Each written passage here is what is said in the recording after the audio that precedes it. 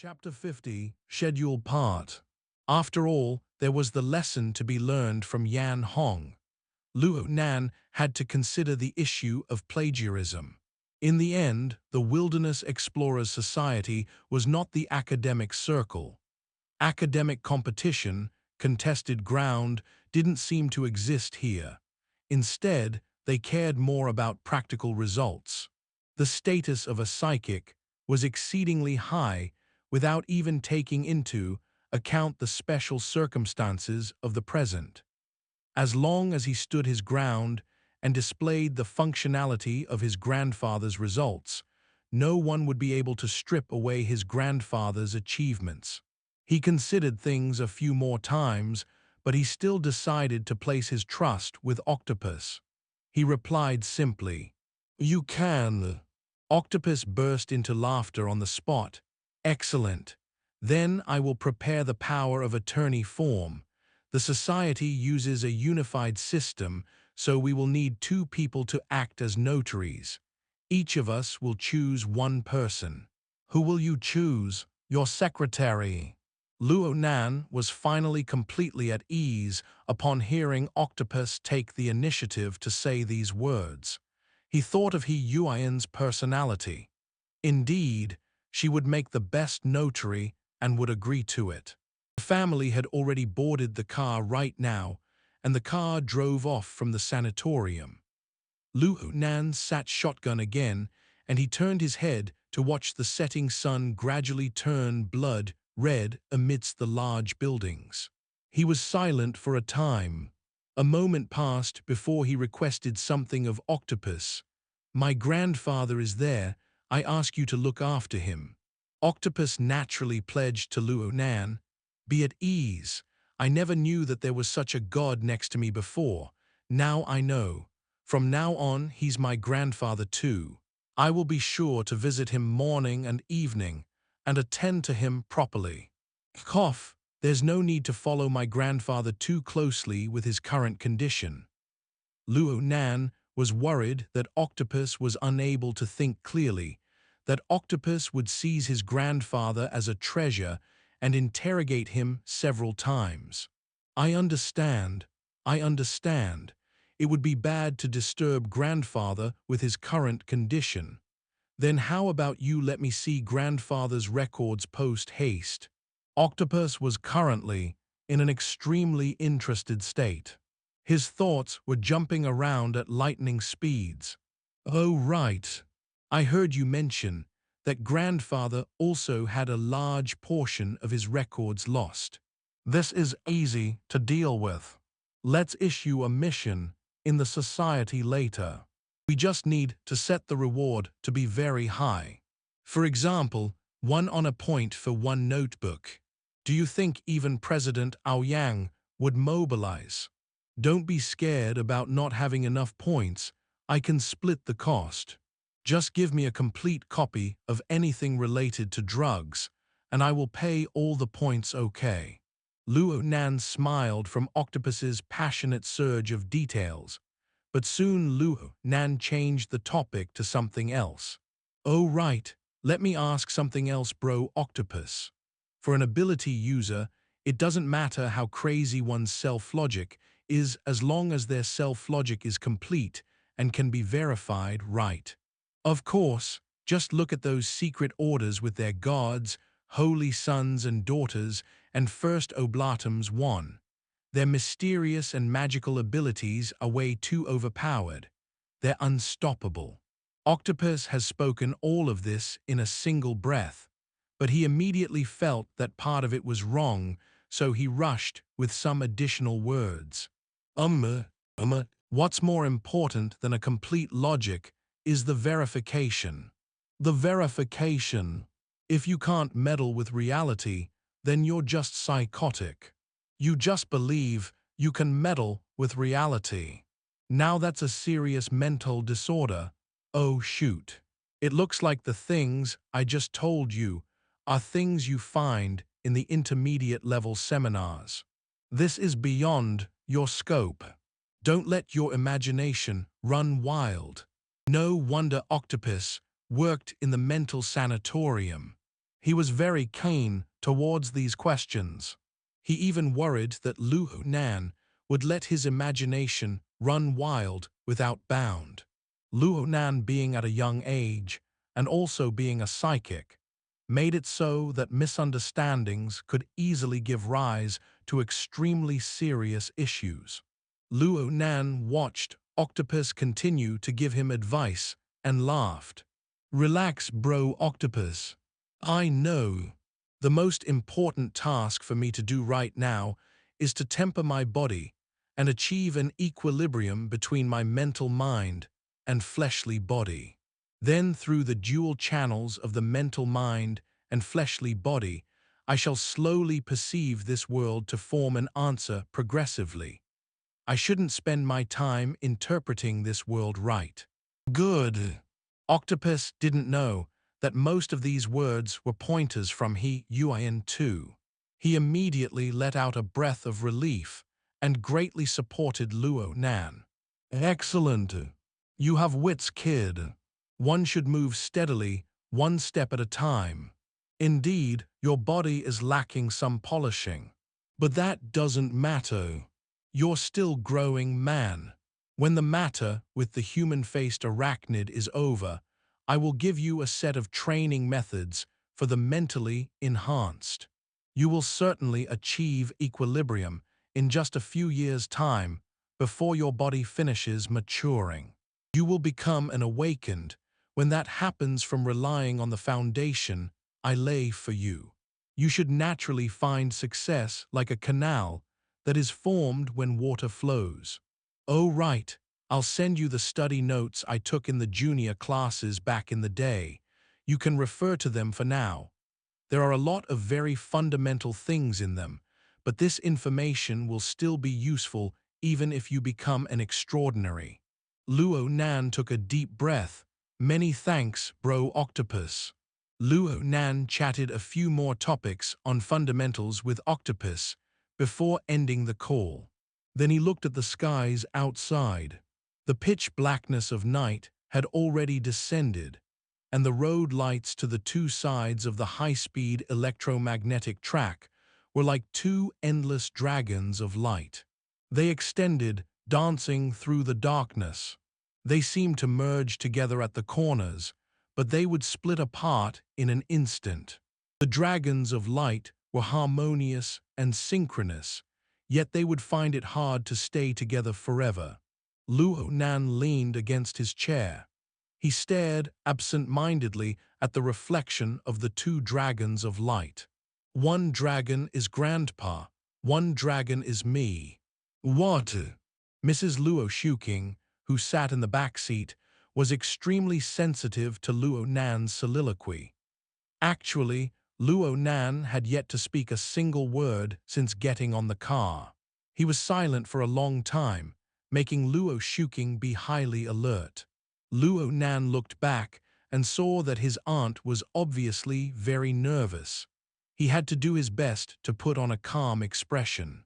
He thought for a bit, then he spoke in a low voice. "Auntie, can you tell me something? Grandpa, how much time does he have left?" Luo Shuking's face was filled with shock in an instant. Then she used an even clearer frown to cover up her appearance. She suppressed her voice down to the softest whisper. "What are you daydreaming about?" Luo Nan let out a deep breath. 2 years. "Don't be crazy. 1 year. Luo Nan." Luo Shuking had suddenly raised her voice, causing Mo Peng besides her to freeze up. On the other hand, Uncle never looked back. It was as if he didn't hear anything all this time. He acted as the driver in form. Luo Nan let out a long breath to stabilize the sharp rush of emotions in his mind and to do his best to keep the tone of his voice steady. "Grandpa sensed something about my drawing." "What are you talking about?" Luo Shuking thought Luo Nan's train of thought was very bizarre. Luo Nan opened his notebook with a lowered head. He flipped to the page with the prison building and showed it to his aunt to see. "Grandpa felt something about this drawing in the morning. Isn't that right, Brother Peng?" Mo Peng's entire body felt uneasy when he heard Luo Nan take the initiative to call him brother. This must be a threat, but Mo Peng still nodded. Obviously the words, "It was none other than this drawing that made grandfather go crazy," had to be stuffed down to his stomach. Luo Shuking took the notebook and saw the numerous and chaotic lines. She had formed a different meaning from these lines, though, and her eyebrows furrowed tighter. She closed the book, not wishing to look at the drawing any longer in order to focus her thoughts. Be straightforward. What are your intentions when all is said and done? I want to draw a drawing that will make Grandpa truly happy when he sees it. I want to make him happy.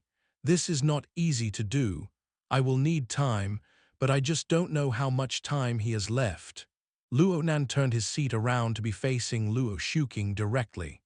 They crossed gazes. I need to plan a schedule, so I hope, Auntie, you will be able to give me accurate information to refer to. Can you do this for me? Do this for the eldest son of Luo Yuandao. 1 First Oblatum, Chinese letter, literally head chief sacrifice. I mistranslated this before as head Jai. I thought it was a name, but it's really a title. Oblatum is Latin for to offer. The leader of the Order of Justice is known as the First Oblatum. Chapter 44.1. 2. Hiyuan's pointers. Hiyuan gave Luo Nan pointers on how he should proceed with his training in Chapter 46.1. Chapter 50, Schedule Part 2-2. Luo Nan knew that although his aunt appeared powerful, she was very much a traditional woman. She put the importance of educating a child first.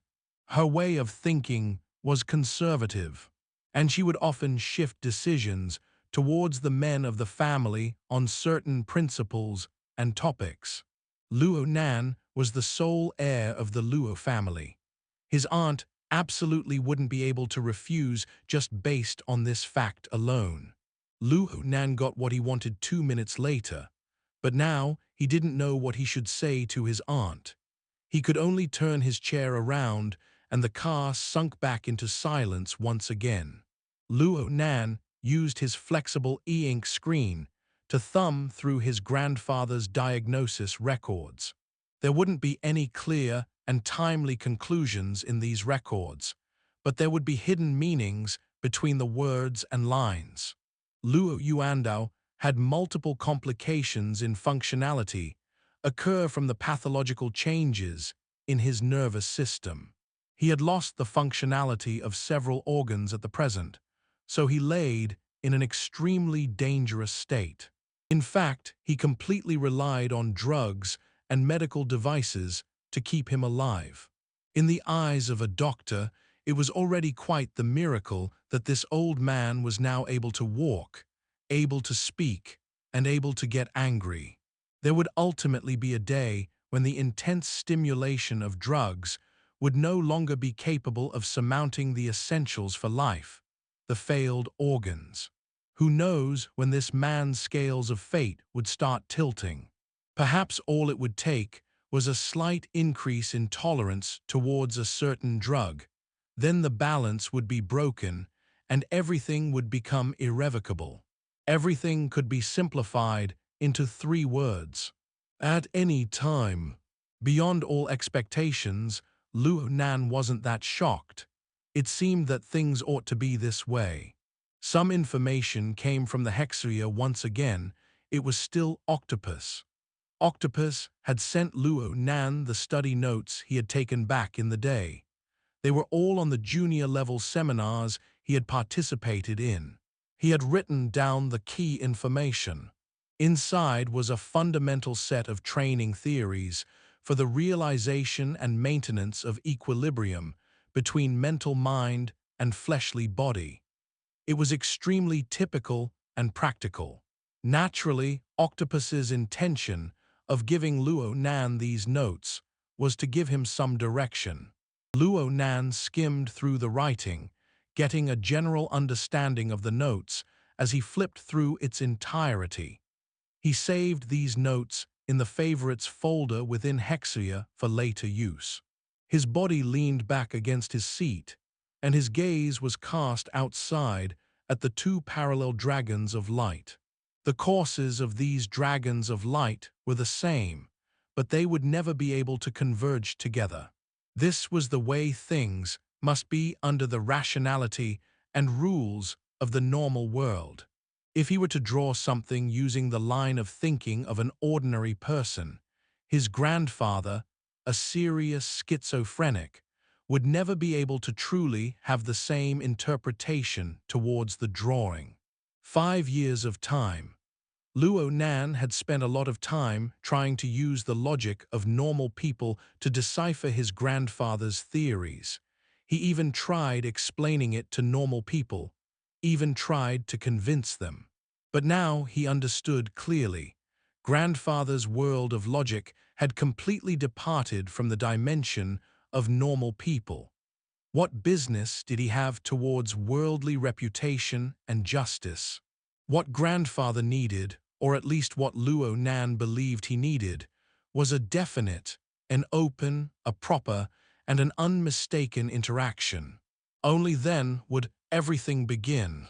The most important thing was logic. Luo Yuandao's logic was classical. His formatting theory was similar in form to primitive philosophy. He advocated the nested rings of self-formatting, social formatting, and heaven-earth formatting. This type of nesting was not based on the external to the internal, the material to the mental, but rather the internal to the external, the expansion of the self towards the entire universe. It would be very hard for someone, aside from the founder, to like this sort of theory. This was because this theory took all existences besides I and pushed them in the whirlpool of life inside of me, turning them all into my servants. Luo Nan had followed the words of his grandfather for self-formatting. And when he explained social formatting, he had also used the 5-level structure of student, office worker, technician, clergy, and politician. He had understood it in a relatively impartial manner, intentionally or otherwise.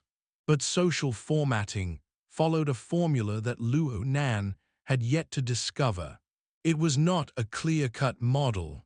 The collective bodies of certain human societies. There were many social theories out there, and the majority of them didn't differ in nature from social formatting. In fact, social formatting was even a bit inferior. It was just as Mo Peng, who possessed outstanding grades in all 7 subjects, had said, "Where did the standard lie?" Luo Nan had heard this answer clearly from the crazed roar of his grandfather. "In me, the standard completely lies in me. My students, my office workers, my technicians, my clergies, my politicians." The selfishness and arrogance were enough to cause one to vomit. They were extreme and to the pinnacle, enough to make one quiver. But when Luo Nan eliminated those unnecessary emotions, he had found a complete and clear trail of logic to follow. Luo Nan flipped through his notebook until he reached the page with the prison drawing. He also flipped to the page that had given rise to the Wraith Sign. These were the 2 psychic drawings that were left on paper. Then he flipped back and opened the flexible e-ink screen to enter the interface of the drawing software. There should be one more psychic drawing here, the one he drew on the night of the 28th, the 3rd psychic drawing that was like a muddy river. But it wasn't inside. He then long pressed to enter the 2nd layer interface of the software. It was as if this place had truly been submerged in the muddy waters of a river. Then could he understand things to be like so. The psychic drawing was imported in this sort of way. Luo Nan naturally knew the symbolism behind the psychic drawing since he was the one who personally drew it.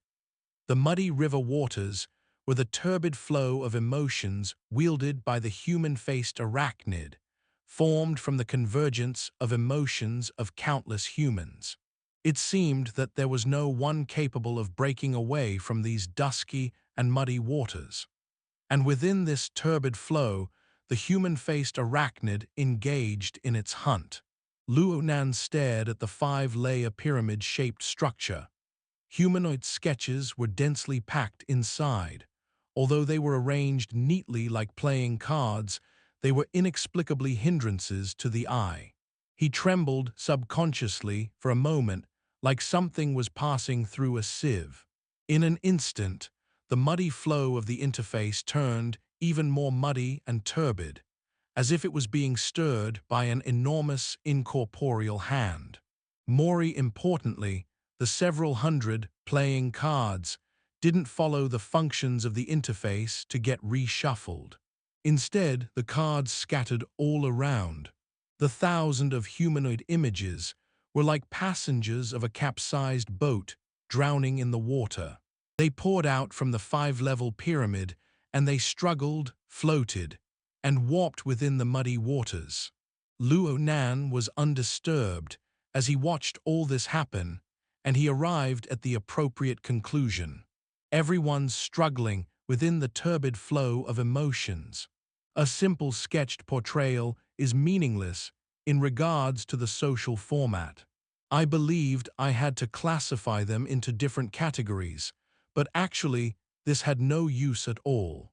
What is truly significant is, his gaze was cast at the main body of the 5-level pyramid. It had already turned completely empty. No, there were exceptions. At the lowest level student, there were two. Luo Nan's memories ran rather deep for one of them. It was the gift he had drawn not even 2 days ago. A certain man was brandishing with one arm and was holding onto someone's shoulder with the other. He seemed deranged, but was also upright and unafraid. It was Zai jumping under an extreme state 1. The other was a fish. It looked to be very lively. It swam in circles within the muddy waters, but from start to end, it never surpassed the range of the student level. He stared fixed at the outline of this fish, which looked to be drawn in a casual manner. Luo Nan used his finger to trace 2 lines before confirming its history. Within the third psychic drawing was the portraying of several ability users as fish. The corresponding target was cat eyes. This was not the end. Looking up from the student level, crossing over the completely empty office worker level, and into the technician level, Luo Nan could clearly see a bizarre symbol floating in space. The Wraith Sign, human-faced arachnid. 1. Luo Nan's drawing of Zai jumping. In Chapter 33.1, Luo Nan drew a picture of Zai Junping as a gift, portraying the moment when Zai Junping was defending Luo Nan against the lawyer of a new investor. Chapter 51, Entering the Wrong Door Part. Luo Nan sat quietly in his seat as he stared at the nearly empty 5-level pyramid. He continued to deduce some conclusions.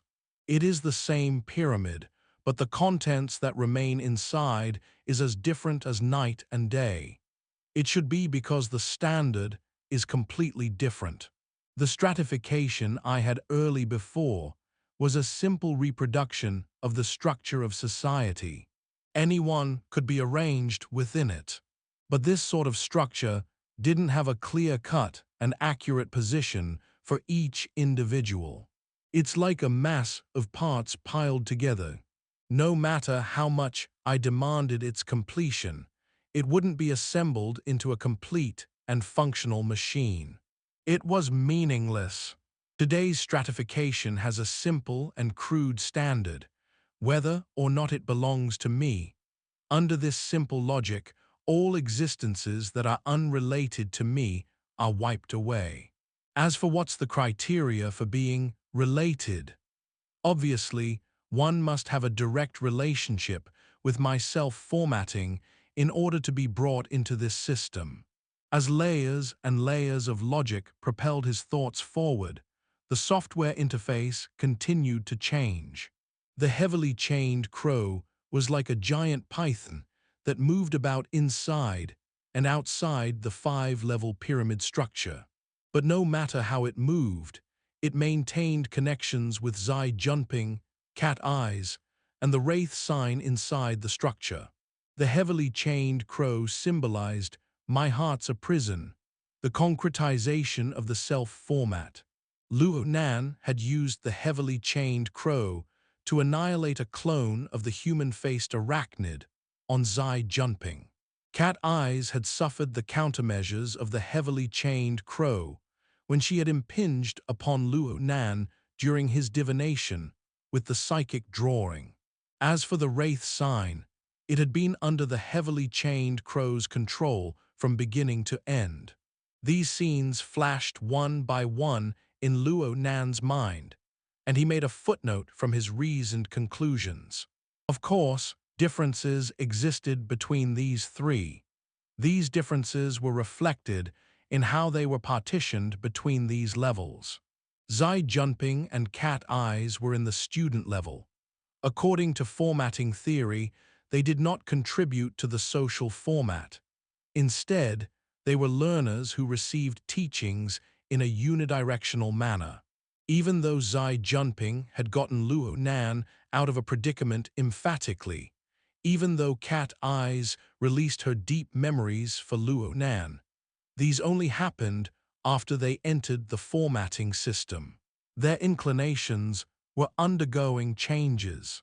From merely at the system level, Luo Nan was completely unable to obtain any direct benefits from these two. And if a major stimulation would occur, they may likely refuse Luo Nan's teachings and walk out of the pyramid, parting ways with Luo Nan. The Wraith Sign, however, was absolutely Luo Nan's dog. It'll bite whoever Luo Nan wants it to bite. Its loyalty was off the charts, and it possessed extremely powerful capabilities. More importantly, Luo Nan could obtain direct benefits from it. The benefits he could get were even higher than simply relying on training his body. The gains from consuming the human-faced arachnid's clones were already proof of this. And so, the Wraith Sign had entered the technician level. But the problem was that it wasn't self-aware. It was impossible for it to ascend to a conscious state. It had already reached its highest level. His deep thoughts arrived at this point. Suddenly, Luo Nan inexplicably felt a feeling of familiarity. The levels became clear to him, the progressively deepening links and feedback patterns. Where had he seen this before? He traced back his memories in a single direction and found the relevant scene, the frozen frame of grandfather roaring fiercely. Luo Nan pressed against his forehead, digging with his fingers.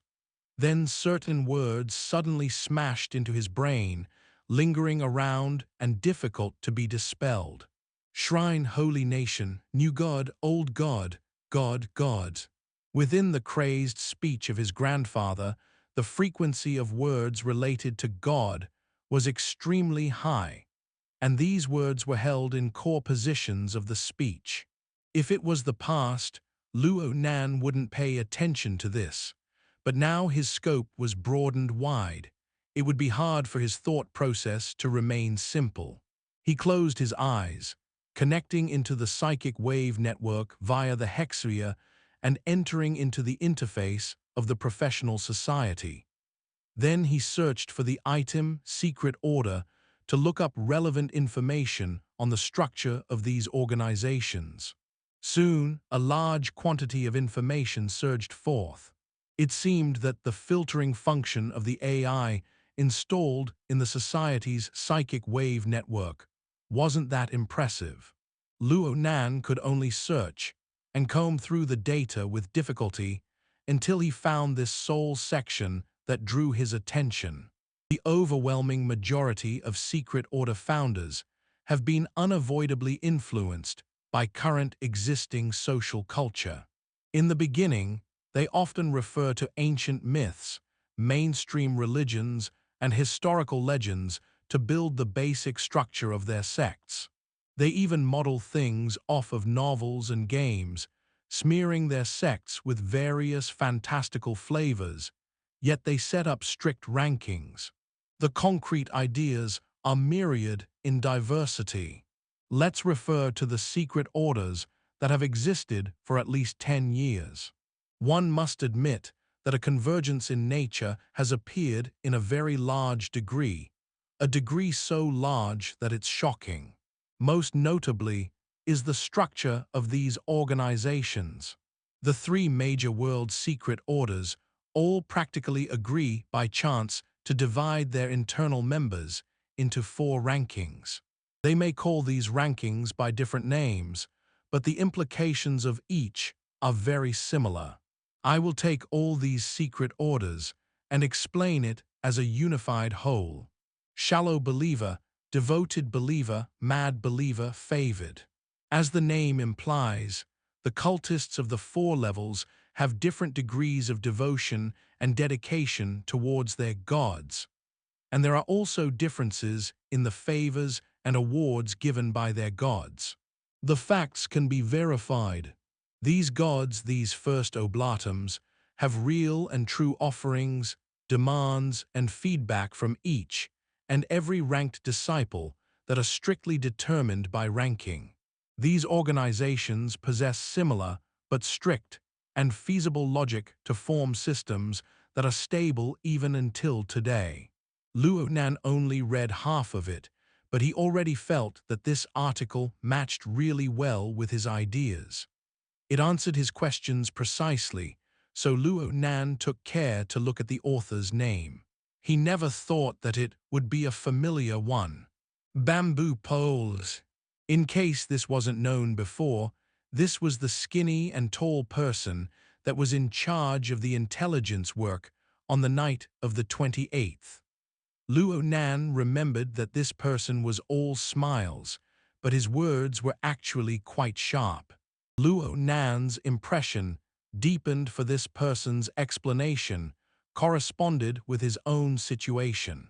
Now he finally understood where the familiar feeling came from. The 4-rank structure of secret orders. Its definitions can certainly be borrowed from some novel or some game, but it seemed to be completely comparable with the pyramid structure. Even though the pyramid structure had 5 levels, the topmost politician level's definition was fairly special. It represented the subversion and negation of the entire format. It didn't need to be discussed for now. The lower 4 levels were highly reasonable matches. Looking at his grandfather's formatting theory, or at least the social format level, from this perspective, wouldn't this be an explained ability system? And wouldn't it be slanted more towards the standpoints of secret orders? Then what was he now? A poorly developed god? Luo Nan rubbed his forehead with greater force. Tired, we're almost home. His uncle suddenly spoke. Luo Nan went, jumping out of his state of reflection. It seemed like his behavior just now made his uncle and aunt worry. He thought for a bit, then smirked lightly. I'm not tired, I'm just a bit hungry. His uncle went, and he turned around to talk to his aunt.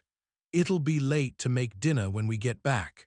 Do you want to let old Mo make a nutritious meal, or shall we get by with something outside? Mo Peng shouted with fright, God, don't let that old man work. Chapter 51, Entering the Wrong Door, Part 2-2. Old Mo was the family's AI housekeeper. When they had purchased this AI, they had accidentally chosen the environmentally friendly green option. The cooking menu of this artificial intelligence would forever be filled with low-fat and high-protein options. And the healthy meals it would make tasted more like drugs than food. Being middle-aged, Luo Nan's aunt and uncle would occasionally try it when they were too lazy to cook. They were indifferent to it. But from Mo Peng's perspective, he would rather drink boiled water. Luo Nan felt the same way, but he had exhausted a great amount of mental energy, so it would still be best to replenish himself with a healthy meal. Uncle saw the horrible expressions on these two youngsters' faces and was willing to concede. Then, let's go out. There's a new restaurant nearby that's pretty decent. He then used the car's AI to book a meal online. Their luck was pretty good. He was able to place an order even though they had entered the bustling market district of Xia City, and it was dinner time. The SUV cut into a different lane, entering the bypass light rails of a skyscraper, gradually leaving the layer of traffic. Xia City extended from the ground to the high skies, with its 20 layers of traffic. The top 5 layers were dedicated for aviation. The other 15 layers of traffic mostly passed through the bypass light rails of various skyscrapers, allowing to switch and bypass into different layers. Every night, many of the large skyscrapers would light up and look like spiraling, revolving neon lanterns. Thousands upon thousands of flying cars shuttled crisscrossed between each other to form rivers of light that seemed to flow for eternity. It was filled with a beauty of social order. Luo Nan just so happened to see this phrase, social order, appear in Bamboo Pole's writing. We observe the appearance of irrational indicators in the majority of secret orders, but a high degree of unity and social order ultimately appear in and amongst every order. It makes one skeptical how everything irrational is stuffed into a hard, firm, and strict framework. Perhaps it's some sort of miraculous machine that pumps out orderly products when stuffed with irrational materials. I have been unable to find an explanation that fits this besides that this is a complete ability explanation system. We can match the 4 rankings of orders to the ability explanation system within the society. The shallow believer corresponds with the unawakened ability user. The devoted believe corresponds with the awakened. The mad believer corresponds with the undertaker. The favored corresponds with the extraordinary. Basically, the rankings match up quite well. Is the ability explanation system just another means to achieve the same end? If this is true, the society is quite willing to sit down and have breakfast together with the secret orders. But in reality, there exists a serious divergence between the societies and the secret orders explanation system. The society, orders, and there are even burners. What does this mean for so many different systems to exist simultaneously? We've only seen one side to this truth. Could it be that this world is like a sandwich? Or is it like a multi-layered crepe? Removing one layer reveals another. It just depends on how you eat it. Bamboo Pole's article was quite long, so Luo Nan only read for an approximate understanding of it. Still, it was quite clear what was Bamboo Pole's purpose for writing this paper. He wanted to discuss the opposing systems between the society and secret orders, while correcting preconceptions of scorn. Anyway, Luo Nan's feelings departed a bit from Bamboo Pole's desired objective. It seemed I entered the wrong door. Luo Nan had a certain tiny ridiculous thought. Now it looked like his formatting theory leaned more towards secret orders. For instance, weren't Zai Junping and Cat Eye's shallow believers? And it wouldn't be a problem to say that the Wraith Sign was a mad believer. The standard of the social format was more like a typical god, serving as the core for the constructed system of a secret order. If these facts were true, then his self-logic would be a serious deviation from the ability explanation system advocated by the society. So what was the point of entering the society? Of course, what Luo Nan really wanted to know was why did his grandfather's theory matched so closely with the secret order's systems? Was it a coincidence, or was there a different reason? Luo Nan doubted that he would receive an answer soon. The family had already arrived at the restaurant. A server guided them to their booked table, and they sat down. The atmosphere of the restaurant was quite decent. Pseudo-classical wooden shutters let rays of light shine through and also focused on privacy. It was relatively peaceful, even though there was a decent amount of people. Luo Shuking was very much satisfied. You chose a nice place. For youngsters, this kind of atmosphere was a bit old-fashioned. Mo Peng was not interested in the surroundings. He just lowered his head to play games after ordering his meal. Luo Nan went to the restroom. His thoughts had reached a roadblock. He couldn't avoid the matters that weighed heavily on his mind. He went all the way with his head down, paying no attention at all to the matters in his surroundings. But someone called out to him while he was washing his hands, "Mr. Luo." Luo Nan was startled for a bit. Then he raised his head to see a 40-year-old man with a tall and big body. He looked to be lean and calm. Luo Nan felt only that this person was familiar. He had to think about how this man had called out to him before realizing that only those who had participated in the operation on 28th had called him by Mr. Luo. Yes, this was one of the 4 bodyguards that Yuan brought with her. He was in charge of looking over Zhu Lei, the Black Wolf, and other wounded people. He was a very steady man. However, Luo Nan was unable to recall this person's name no matter how hard he tried. He was a bit embarrassed. This bodyguard was quite sophisticated. He laughed and extended out with his hand in response, introducing himself again. "Zhou Hu Wan. I didn't greet Mr. Luo that day. Apologies." Luo Nan rushed with a "Brother Zhou" and spoke somewhat baffled. "Brother Zhou, since you're here, is Sister He here too?" "Nope, I'm off today. I came here for a private dinner. My old team of combat buddies." "Oh right. Crag Burst is here too."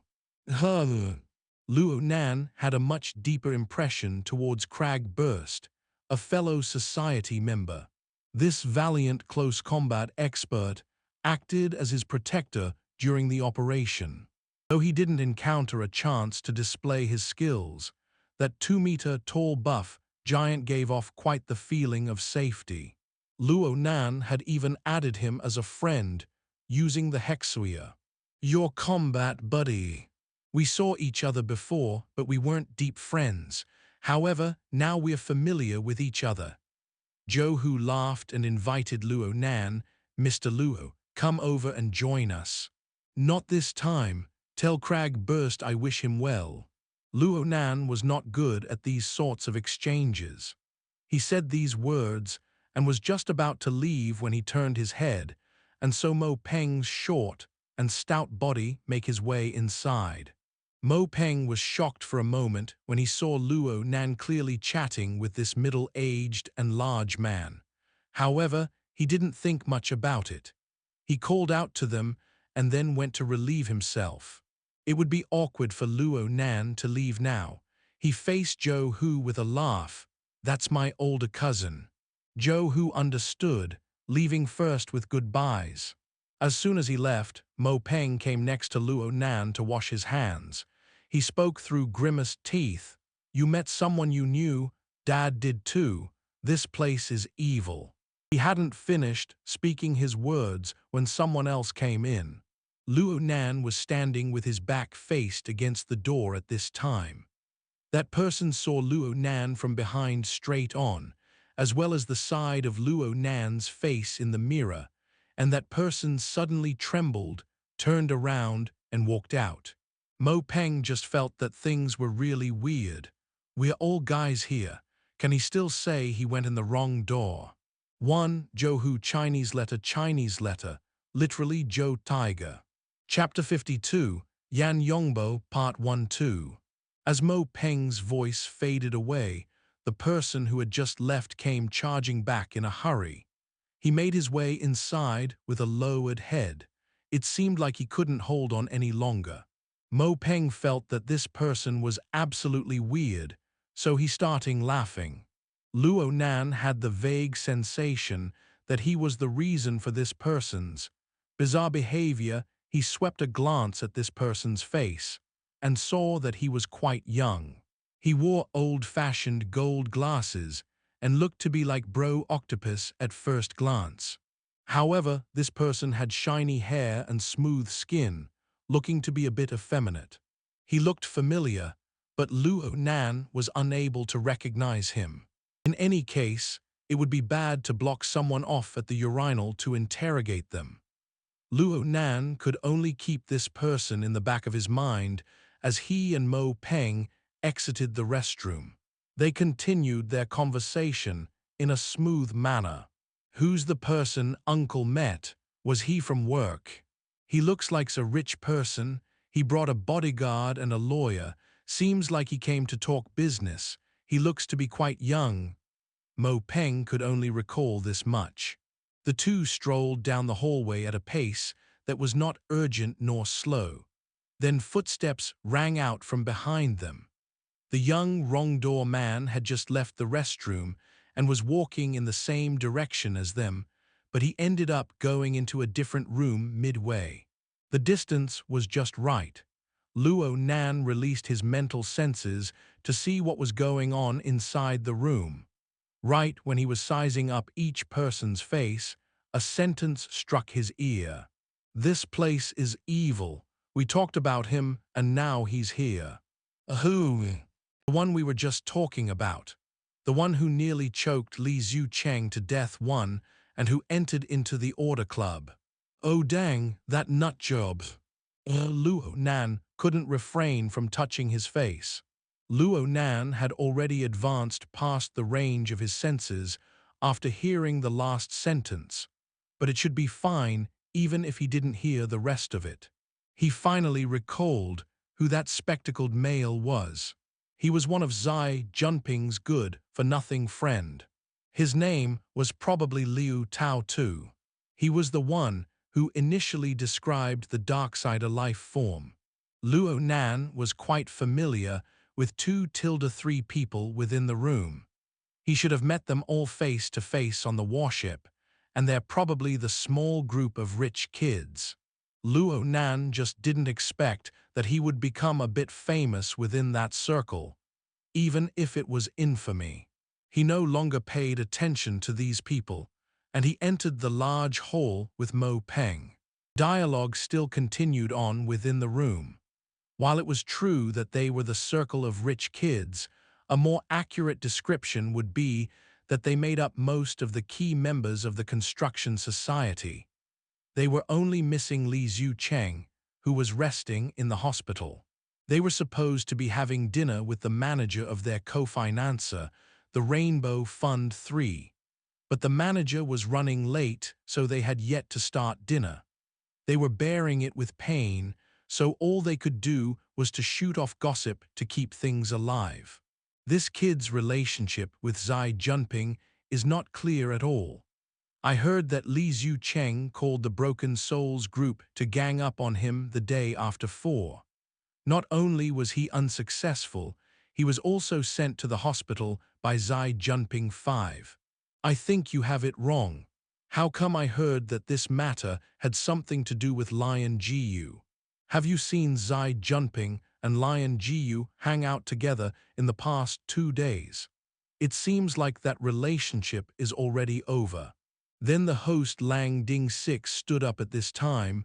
I just got in contact with him. He's outside. I'll go out to welcome him.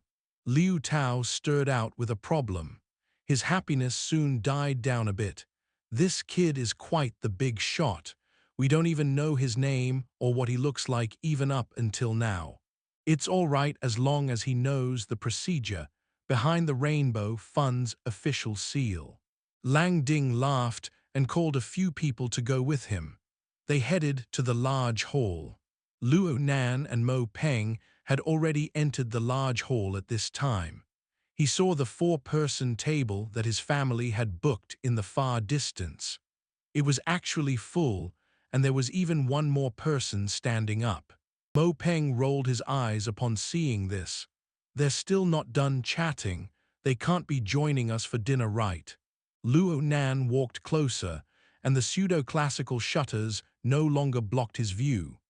His foot suddenly trembled as the appearance of the person standing outside entered his eye. The person standing was swift and fierce. His skin was dark and shiny. His ice-cold gaze swept in his surroundings in vigilance. He had the appearance of a bodyguard.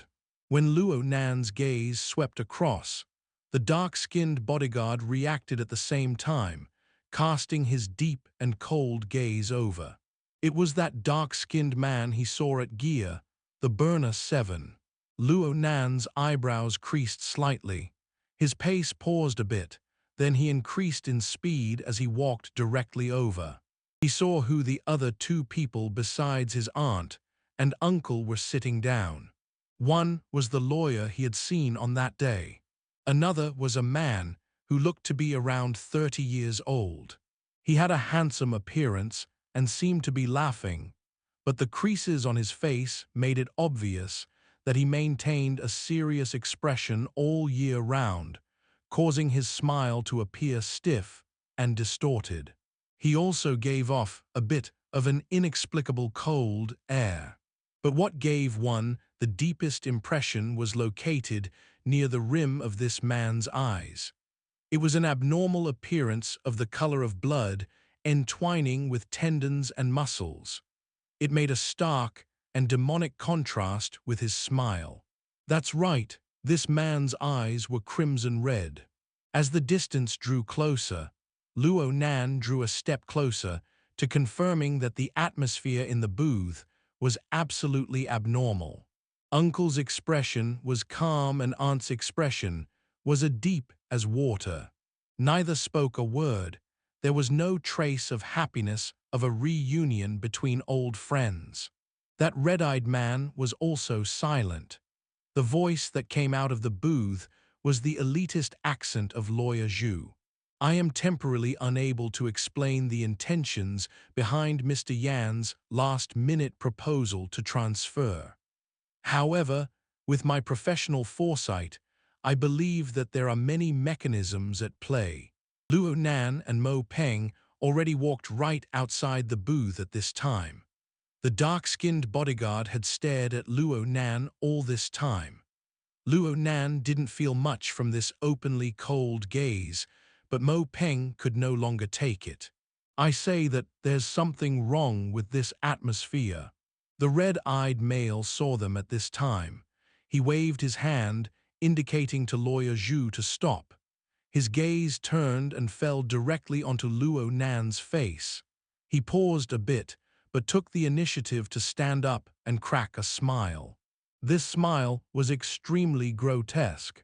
His lips were opened wide, and the two corners of his mouth were deliberately tightened up to affect the muscles of his cheeks. His eyes didn't squint from this smile, but instead enlarged. The crimson-red corner of his eyes trembled slightly. That bizarre distorting of his face was indescribable. This must be Luo Nan. I remember the last time I met you, you just came out of the womb 8. You weren't even as big as a hand, and so you've grown up. YANYONGBO9. Luo Shuking had slammed the table with a bang. Her voice had never been this furious and intense. The entire restaurant went quiet. The customers further away all turned their heads around to look. The server made his way over in a hurry, wishing to find out what was going on. And this also drew the attention of Lang Ding's group, who had just entered the large hall and were looking around. They first saw the familiar dark-skinned bodyguard without noticing anything else. Hey, they're here. The group came over with their curiosity. Lang Ding, who led the way, first saw the situation within the booth.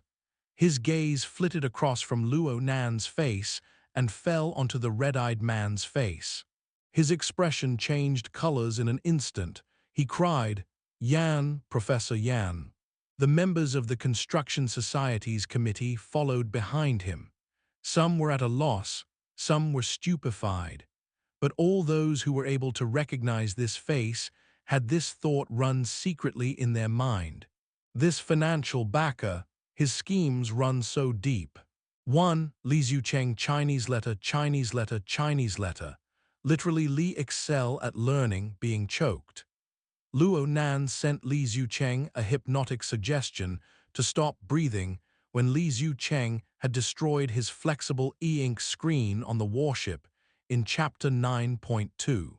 2. Liu Tao Chinese letter, literally Liu pottery. Liu Tao was introduced in Chapter 13.1 and was an exposition tool to describe the Darksider life form. 3. The Construction Society getting the financial backing of the Rainbow Fund. The Construction Society and the Mystic Arts Research Society are the two major societies bidding for the assets of the Order Club. The Construction Society received the financial backing of the Rainbow Fund, which will tilt the scales more towards them. Described in Chapter 32.1. Vol.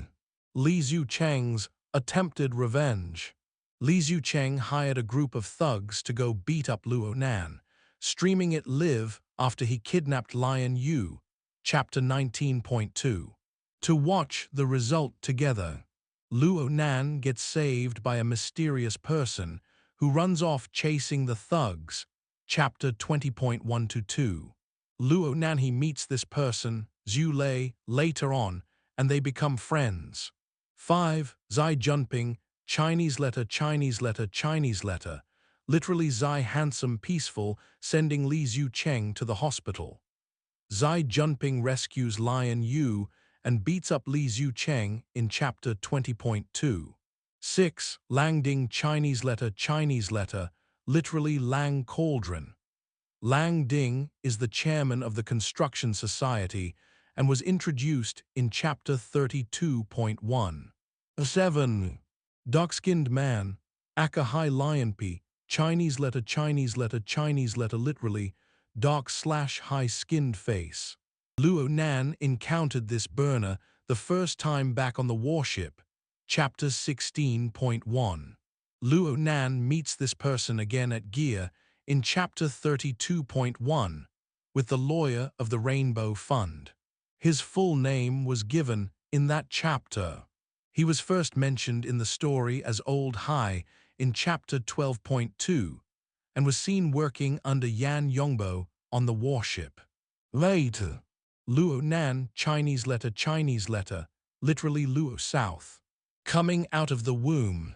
In Chapter 31.2, Luo Nan describes how his mother had suffered a fatal injury in his grandfather's laboratory out in the wilderness due to some sort of attack chaos that happened. She removed Luo Nan from her womb and placed him in a life-sustainment pod to save him. The fact that Yan Yongbo was there to witness this implies that he was involved with the chaos that happened in the lab. 9. Yan Yongbo, Chinese letter, literally Yan always rich. Yan Yongbo was first introduced at the end of Chapter 11.1. He is the son of Yan Hong and was also a professor at Acumen College like his father. He voluntarily retired in the year 2090 for some unknown reason. He is also the burner from Quantum Corporation who assisted He Yuan in killing the burning Wraith on the warship. Chapter 52, Yan Yongbo Part 2-2. Most of the key members of the Construction Society have been at Acumen College for over 10 years. Yan Hong's academic scandal happened 6 years ago, sending waves of shock in the entire world. These key members certainly hadn't forgotten the causes behind this. And most of all, wasn't Gear none other than the topic they're focused on right now. The scene of the academic scandal, which made the world go in an uproar, centered on the accident that happened in the underground laboratory of Gear. Yan Hong deliberately manufactured an accident while faced with the accusations of the entire world. He destroyed the evidence in the crudest way, covering up his crimes and painting Acumen College, which had the administrative duty, in a dark light. Yan Hong disappeared without a trace, with the fingers of countless people pointing at him. And Yan Yongbo, who served as a professor at Acumen College, also disappeared. The absolute majority of people felt that these two would never be seen again. But now they were here, like a fierce slap to the face. It really is Yan Yongbo. He taught a class I took before. Liu Tao recognized Yan Yongbo and could not hold back from poking one of his companions in the side. Hey, is he the one in charge of the Rainbow Fund? They have a credit limit of over 10 billion. It seems he's being backed by Quantum Corporation. Is Yan Hong going to make a killer comeback? The fellow shook his head. He had nothing. He was unable to answer this question. Yan Yongbo's devilish crimson pupils swept across Lang Ding's and the others' faces. He gave a slight nod. This was his greeting. Then he turned his gaze to the furious Luo Shuking, giving a slight bow. Apologies, Mrs. Luo. My words have been inappropriate. Actually, I've quite admired, respected Senior Kingwen. So the first thing I've decided to do upon returning is to purchase gear, the immortal work designed by Senior Kingwen back in those days. Those days, I also hope to restore glory to my dear father's laboratory. Luo Shiking did not hide her emotions at all. What wishful thinking! Yan Yongbo was not rash nor impatient. He raised his hand and tapped his temples. Right now, I have the ability to turn this dream into reality. Oh, how embarrassing. I forgot that you all haven't eaten yet. I won't disturb you for now. We can talk about the matter of the transfer in the future. He walked directly out of the booth, and Lawyer Zhu rushed to follow behind. Luo Nan stared cold, fixed at this strange man from outside the booth. At first, he didn't know who Yan Yongbo was, but now it was clear. He was that person, Yan Hong's son. The word feud would not be enough to describe it, and it didn't matter which side it was, none had any intentions of dissolving their hatred. Yan Yongbo walked to the side of Luo Nan, seeming to just brush past him. Yet he suddenly twisted his head and faced Luo Nan's cold and clear eyes with that warped smile. Oh yeah, my father and Mr. Luo Yuandao have worked together for several years, and I have worked with Mr. Luo for a period of time as a student and a research assistant. We were all schoolmates of Acumen College, Senior Zhengheng, Senior Kingwen, and I. If there's the chance for us to coexist, I hope that we will be able to continue the fate between our two families in gear. Luo Nan was disinclined to respond to these meaningless words. But Yan Yongbo suddenly turned around without any warning in the next moment. He raised his hand and pressed onto Luo Nan's shoulder. He looked to be acting intimate, but then he bent slightly and pulled with force, forcing Luo Nan down to him. His mouth stuck to Luo Nan's ear, and he whispered with laughter. I exaggerated a bit just now. You weren't that small when you were contained in the womb. At worst, you were the size of a chihuahua. You were quite cute floating around in the solution. Feeling Luo Nan's body instantly turn rigid, Yan Yongbo patted his shoulder. What a pity about Senior Kingwen. Ever since middle school, I had her as my dream girlfriend. But ever since that happened, this became an impossibility. Do you know why? Luo Nan turned his face slightly with a penetrating gaze that was cold to the point of congealing.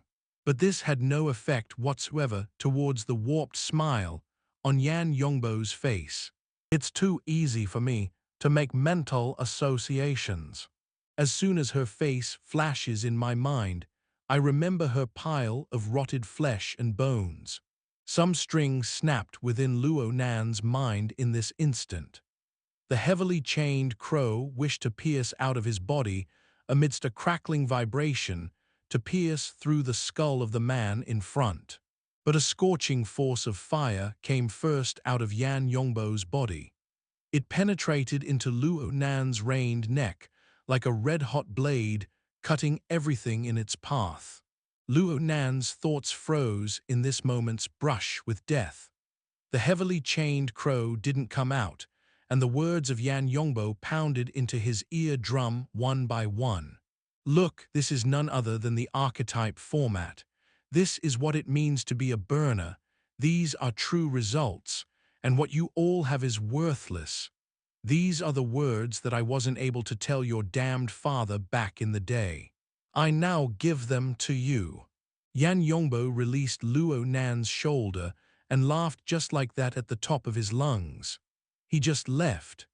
The dark-skinned bodyguard followed closely behind, and Lawyer Zhu rushed to catch up. Land Ding and the other key members of the construction society looked at each other in dismay. They hesitated for quite a while before chasing behind Yan Yongbo. Yan Yongbo was like a crazed demon. He kept on laughing with a laughter that was hoarse and piercing. It resounded within the large hall. Nan Nan. Luo Shuking, who had been terrified by an inexplicable force, finally struggled to. She climbed over the chair and tossed herself over. She hugged at the kneeling Luo Nan and spoke incoherently. "Are you okay? What did he say?" "That bastard, what's the matter? What did he say?" Luo Nan spoke, not a word. Yan Yongbo walked ahead with a brisk pace, pulling some distance between him and the members of the construction society. Eventually, he ended his laughter, and his face soon returned to its normally cold and solemn state. Lawyer Zhu had to jog in order to catch up to him. His elitist, easygoing air had unavoidably become a bit broken, but it would be bad if he didn't run. He was quite scared from Yan Yongbo's previous display. He never thought this large financial backer, who always had a calm appearance, would actually be a madman at his core. He asked with small pants, "Mr. Yan, do you, sir, have any instructions for me? How's the situation with the school?" This sudden change in the topic made Lawyer Zhu stupefied. Luckily, this field was his specialty, so he was able to answer Yan Yongbo quickly. Basically, they agree to speed up the process. If the bidding goes smoothly. Why wouldn't it go smoothly? You have the complete support of the Rainbow Fund. Come on, Lawyer Zhu, tell me where's the hitch. Lawyer Zhu felt his knees grow a bit weak. He subconsciously choked on saliva as he rushed to patch things. All relevant procedures will be completed within half a month of a successful win in the auction. Are there hindrances? It mainly has to do with those still in the club. The one just now, I'm talking about Luo Nan. Lawyer Zhu shot a glance at Yan Yongbo's face as he spoke. He only continued after seeing that there wasn't any particular reaction. Luo Nan is now a member of the club.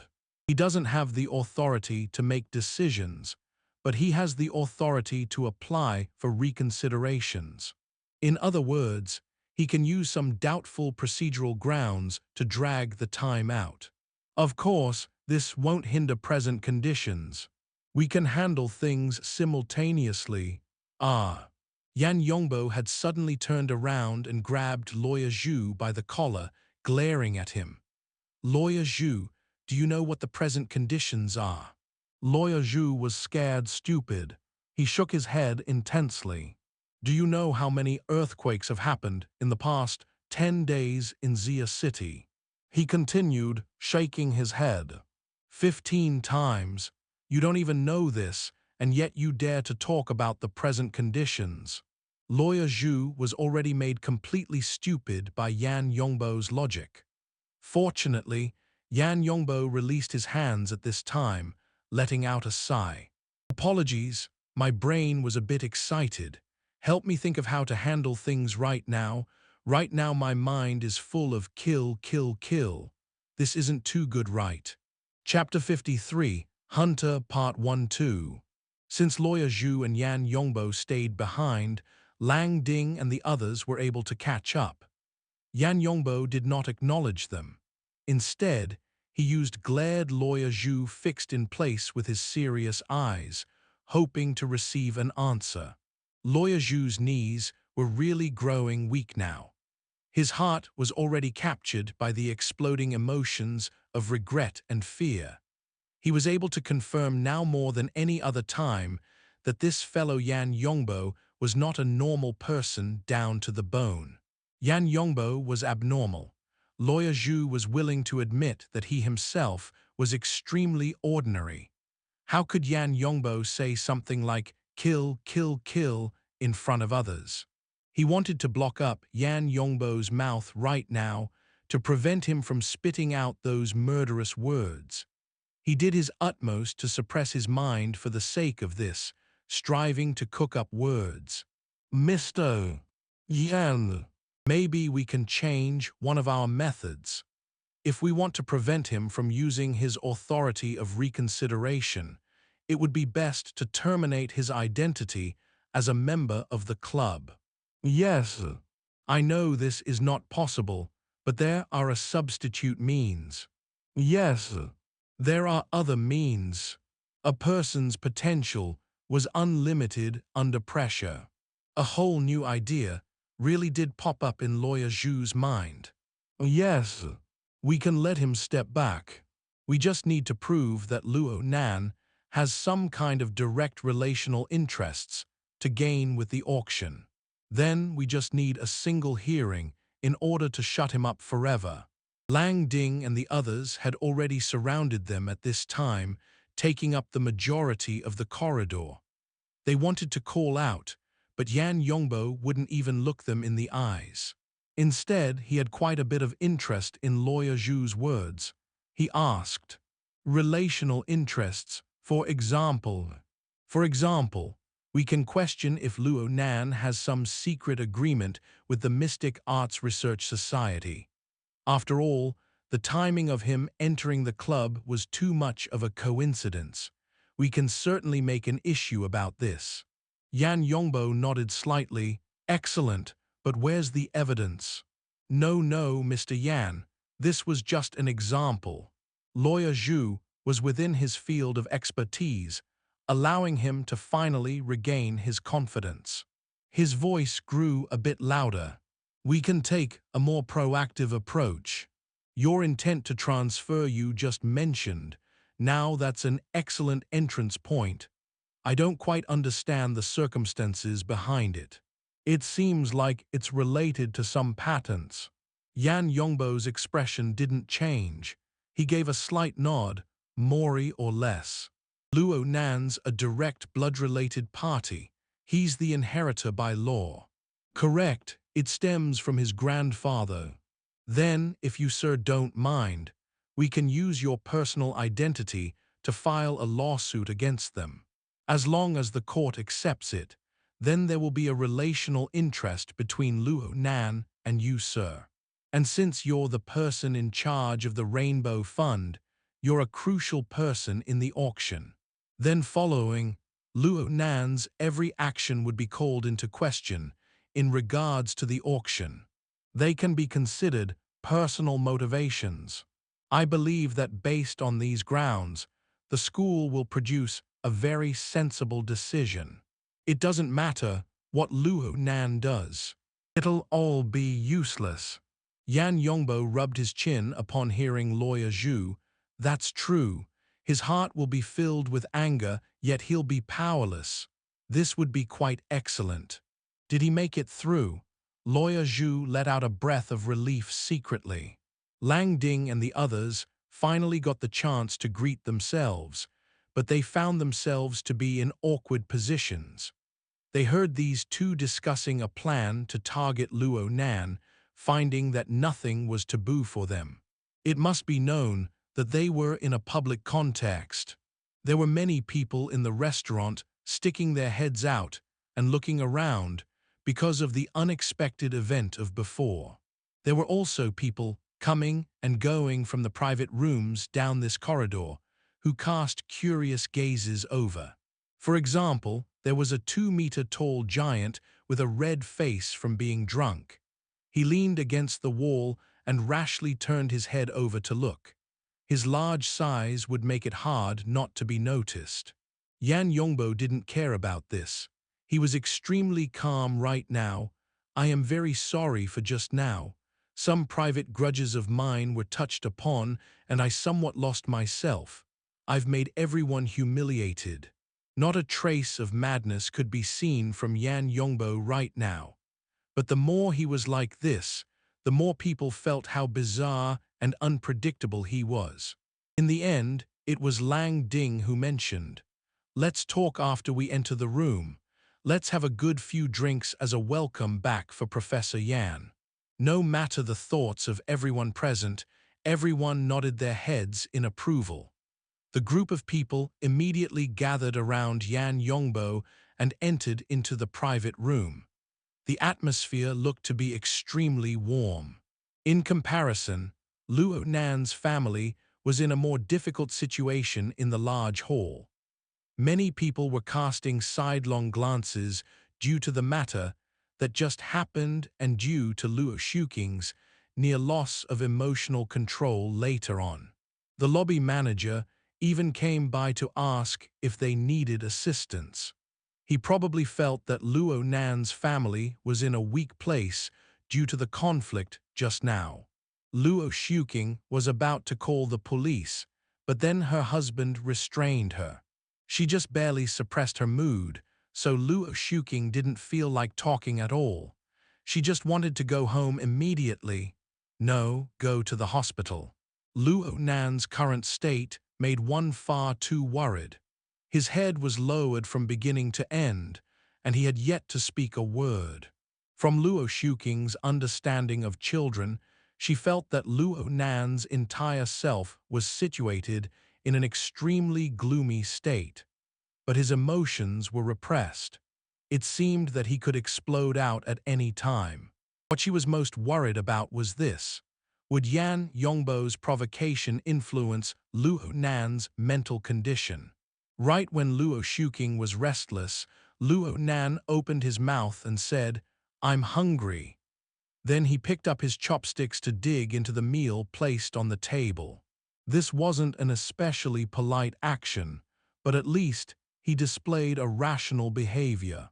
Luo Shuking and Mo Heihang looked at each other. They had no intentions of defying Luo Nan, so they ate their meal in silence. No one was able to feel the taste of this meal. Even the most confused Mo Peng of them all didn't have the mood to play his mobile games. He looked at one, then he looked at another, his face creasing into a frown. The evening meal ended early, and the family took the car home. Upon entering the car, upon entering their own private space, Luo Shuking's repressed emotions back in the public venue exploded out completely. That despicable and shameless mad dog. That father and son just bite people as soon as they see them, having been held back by Quantum Corporation for 5 years. This was the first time in Mo Peng's lifetime that he encounters his mother speak profanities. He watched with gaping eyes. Luo Shuking wanted to continue speaking, but then Mo Heihang spoke in a whisper from the front. He fell asleep. Luo Shuking was a bit startled.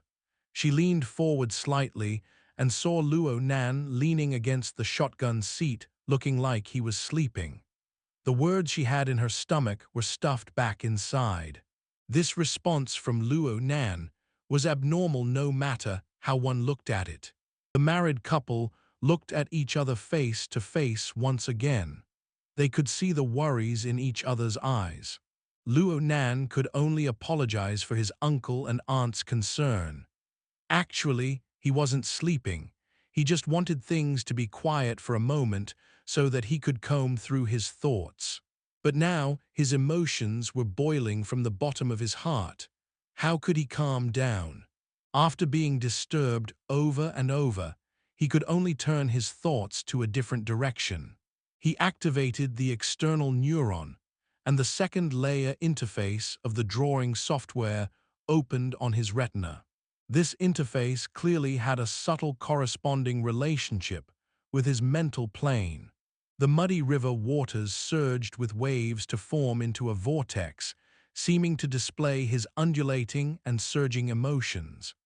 1,000 playing cards also floated in a chaotic mess, and only the 3 believers were relatively stable within the pyramid structure.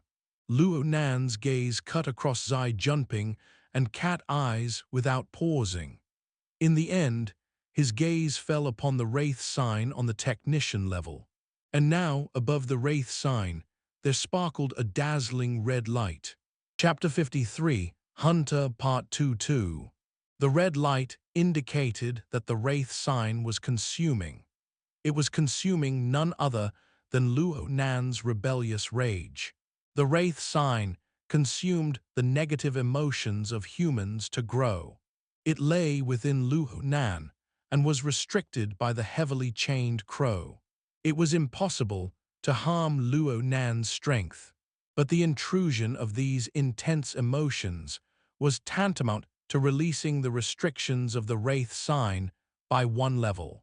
The red light gradually faded away, and over 100,000 lines sprayed out from the body of the Wraith Sign. These lines were similar to the lines from Luo Nan's quick sketches, but they shot out at 10 times the speed to form a complicated and malevolent structure in an instant. 6 eyes were laid in columns, each with different colors. 8 claws extended from the side, fusing with a human body. This ugly and demonic form was none other than the human-faced arachnid. When the image finished forming, Luo Nan's agitation was already on the verge of exploding on the mental plane. The human-faced arachnid unleashed its greed, and Luo Nan's mind indulged with it. Heaven and earth overturned in an instant. Luo Nan's consciousness was suddenly separated from the car. The shackles on his mental senses were cast off, and they expanded in all directions to the limits. Luo Nan's soul had come out of his body in this moment, and his main body, which was still carried by Ka, went rushing far away. Only his soul remained behind in this spot to monopolize this empty level of space. Luo Nan felt no sense of desolation. This was because the range of his mental senses had expanded 1,000-fold in an instant. The convergence of the brilliant lights, the intertwining and rushing flow of cars, the numerous lives all tangled together restlessly. An incomprehensible and wonderful scene was formed in this moment, bombarding against Luo Nan's heart. Roll. Luo Nan cast off all his misgivings, restrictions, and troubles. He ignored the bustling convergence of the logic that was native to every living being. He just followed the most direct and most violent emotions in his heart to face the sky with a long howl. On his soul body, the heavily chained crow unleashed its crackling cry and was moving around endlessly. And in front of the chains was the malevolent and ugly human-faced arachnid. It felt Luo Nan's violent emotions, and it also faced the sky with a howl, echoing with Luo Nan. The forces of the two entwined together to form a rushing surge of psychic waves. The waves spread rapidly out in all directions. This magnificent city seemed to slightly freeze in this instant, then its normal operations were restored. It did not appear to have been influenced. But over 100 crows, who had already returned to their nests, flew out in surprise. This caught the attention of the pedestrians coming and going and the residents nearby, bringing them feelings of restlessness. These intelligent birds seemed to have psychic senses that exceeded that of ordinary people. They had felt the restless assault from the air, and it made it hard for them to calm down and return to their nests. His soul finished venting with its howl, allowing Luo Nan to calm down. At least the logic of his thought process could return to a normal operation. Gone was the stimulation from hormones since he was in his soul form. The effects on his mood were brought down. He was able to ignore the deep malice of Yan Yongbo. He was able to grit his teeth for now and forget the mockery and humiliation that Yan Yongbo pierced him with. It was only through this turbid flow of emotions, which had obstructed his rationality, that he was able to grasp that small piece of information. He saw me when I was a fetus. He was there when the wilderness laboratory went into turmoil. He was right at the scene. But this was separated by only 2 years of time from Yan Hong's report to the authorities and shameless plagiarizing. The underlying context that was revealed layer by layer allowed Luo Nan to get closer to the facts of what happened back then. Luo Yuandao's research in the wilderness could be approximately divided into 3 stages. First, Luo Yuandao traveled all across the world from after the Third War until the middle 60s, living without a fixed residence. Then was the most stable research period. This lasted all the way until the end of the 70s. He had accomplished the most within these near 15 years. And starting from the year 79, problems occurred with his grandfather's mind.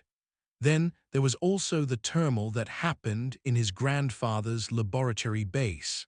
Bu Qingwen had died, and all work on research had fallen to a halt. The entire family returned to the city. From Yan Yongbo's age, it was very likely that Yan Yongbo joined during the end of the research stage, or perhaps right before the upheaval. This was a very subtle point in time. He should have already been prepared back then. And so Yan Yongbo had to be the insider, and perhaps he was also a participant. It has to be, there were no tracks to Yan Hong, but his son had appeared. So was the father still far away.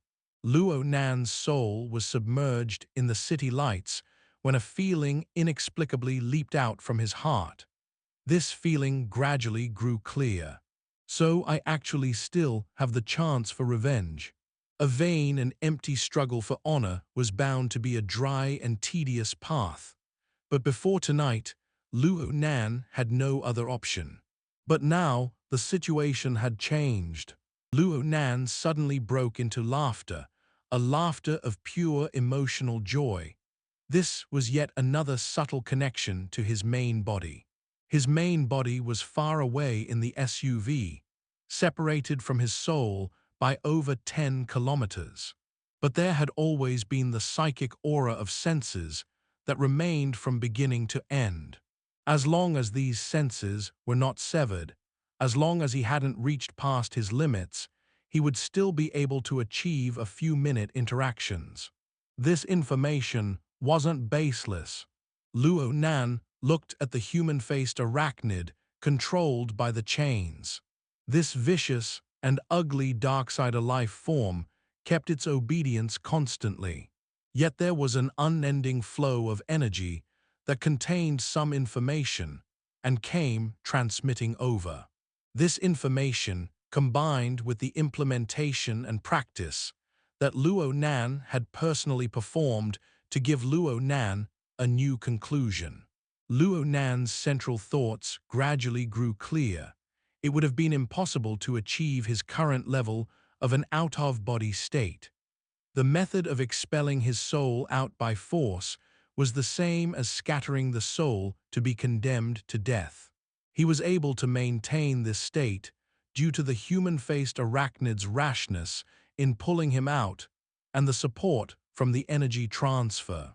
But ultimately, it was still the heavily chained crow of the self format that had terrified and subdued this dark-side life form.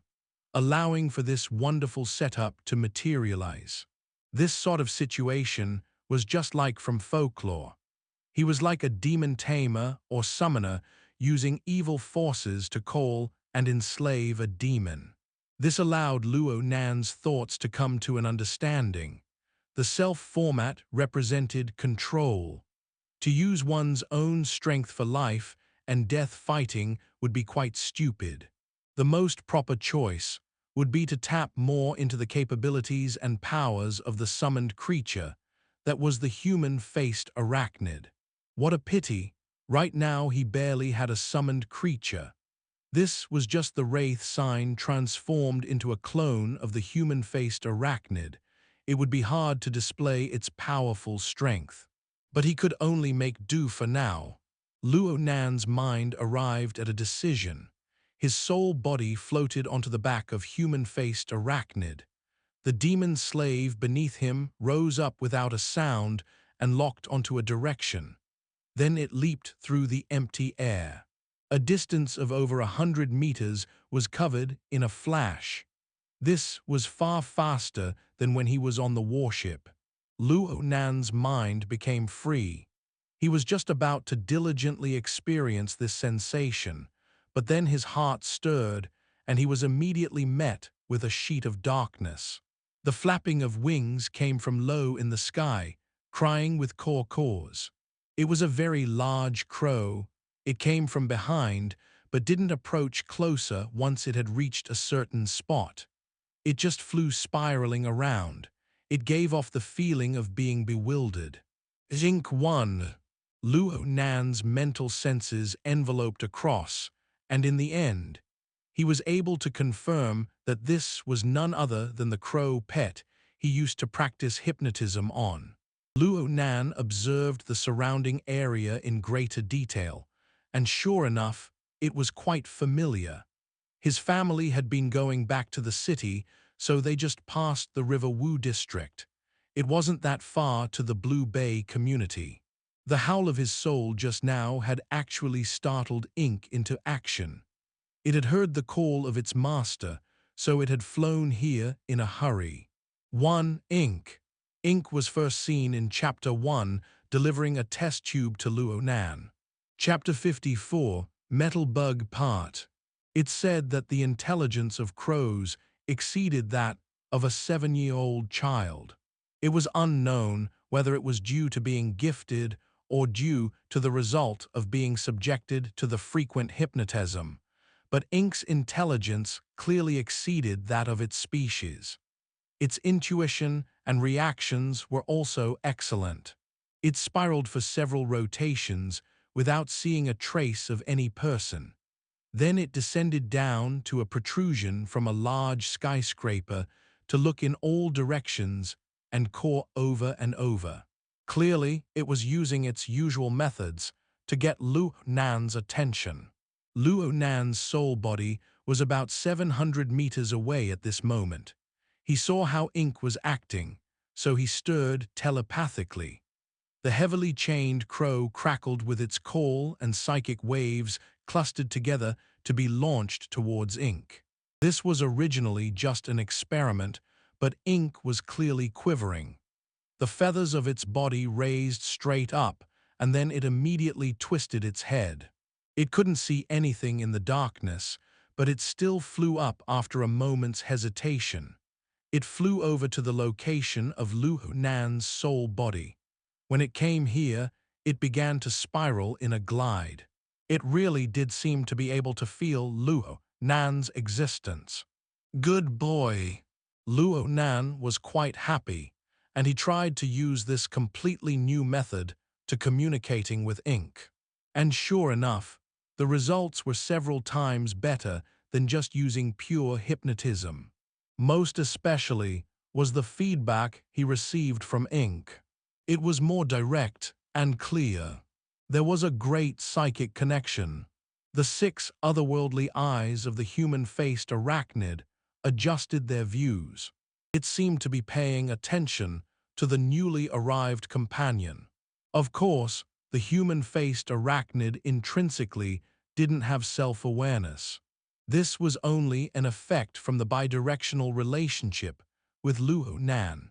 Luo Nan felt that he was just like a sorcerer from ancient times. The heavily chained crow was his artifact. It coiled around his soul body like a giant python. The human-faced arachnid was his summoned demon, and ink was his spirit animal that he had tamed. His strength really did manifest itself through this sort of method. Time was of the essence. Luo Nan shouldn't be spending too much time tarrying with ink. But then, a subtle stimulation was sent to him right when he was about to let ink go home. Luo Nan was stunned for a moment, but soon he was able to differentiate that the stimulation came from the hexia. The utility of this micro-device was inconceivable. It had detected a lack of response from Luo Nan's main body. Then it captured the subtle senses of the out-of-body soul and transformed information into psychic waves that were even purer. The information crossed several tens of kilometers of distance through the frequency of Luo Nan's senses to accurately enter Luo Nan's mental plane. The information that came was a chat request, and along with it came a default notification from the psychic wave network. Do you want to start the long-distance remote sensing function? If this function didn't activate due to skipping the dialogue, the hexia would assume that the owner was in a deep sleep state. This was truly an inconceivable invention. Luo Nan was forced to pay his respects to the legendary President Aoyang. The inventor had certainly given ample consideration towards souls in out-of-body states and had implemented this function. Octopus Bro had described President Aoyang's excellent achievements in the realm of the mentally enhanced. From the hexia, Luo Nan could see that there was quite the basis behind Octopus Bro's words. Luo Nan pondered only a moment before choosing to start the function. This was because he had seen who had requested the call. It was Crag Burst. Crag Burst, a fellow member of the Wilderness Explorers Society, and Luo Nan were at the same restaurant just then. They didn't meet face to face during that time, though. Luo Nan guessed that Crag Burst wanted to meet up or something, but right now he really wasn't in the mood. Anyway, he wanted to confirm the current situation within the restaurant. The remote sensing function was activated, and the information coming from Crag Burst was driven via psychic waves to collide with Luo Nan in the air. Luo Nan, who was in soul form, was inexplicably dazzled. This was a totally different experience than when he was in his normal state. In the instant he was absent-minded, Crag Burst's rough and somewhat lispy voice sounded forth. It looked like he commonly used the hexia as a telephone. "Mr. Luo, did you leave?" Luo Nan was baffled about Crag Burst's certainty of this. Could it be that Crag Burst had gone to the hall in search of him? Luo Nan paused, then he replied with an answer that wasn't really a lie. "Yes, I'm with my family." Crag Burst let out a laugh. "So you really left just like that? How weak. You can't even make your way back to the field." "Luckily, I drank less alcohol than usual. I'll come over and find you." Luo Nan was speechless for some time. Indeed, good deeds don't see the light of day, while misdeeds travel 1,000 miles. Luo Nan's miserable appearance in the restaurant would soon be widely spread within the society. Crag Burst was a clever man. His thought process was very straightforward. He probably felt that Luo Nan had tossed away his honor and wanted to retrieve it later on. Crag Burst was really quite willing to help out. Unfortunately, Luo Nan's current state would bound to make it difficult for Crag Burst to lend Luo Nan some strength. "Wait," Luo Nan stared, fixed at ink spiraling around in the air. An idea suddenly sprouted in his mind. "Is your get-together over?" I've stopped drinking. Of course everyone left. Hey, what are you thinking? Crag Burst clearly wanted to watch the world burn. Luo Nan would have had a headache towards people like this before, but now he wanted none other than Crag Burst. I'll need some time to get there. Did those people leave yet? It seems like they're moving along rather quickly. If you're slow for a moment, you'll lose your chance. Oh crap. They came out. Even meals during work don't go that fast. Did the negotiations between the Rainbow Fund and the Construction Society go smoothly? Or did they part on bad terms? Luo Nan was disinclined to spend time thinking about this question. He gave a glance to Ink and he spoke to Crag Burst. Help me keep an eye on them. Share me their location. Maintain contact. I'm making my way over to meet up with you. You want me to tail them? This isn't a problem, but are you sure you can make it back in time? You don't need me to stall for time or something. You don't need to for now. All right then, if you need me to, just let me know. My Tiger Burst has yet to be put to use. Much thanks. Luo Nan did not say much more to this heavy hitter, who was eager to get in on the action. Luo Nan hung up the phone and put his attention once more onto the airborne Ink. Ink appeared to have felt Luo Nan's gaze, and it let out two coarse caws. Its feathers quivered, and it glided even more cheerfully within the blurred fog. A crackling cry rang forth. The heavily chained crow's movements increased its speed from upon Luo Nan's soul body. The human-faced arachnid also experienced this change. Its devilish and ugly head reared up. Its 6 eyes flickered, and it let out a hiss that only existed on the mental plane.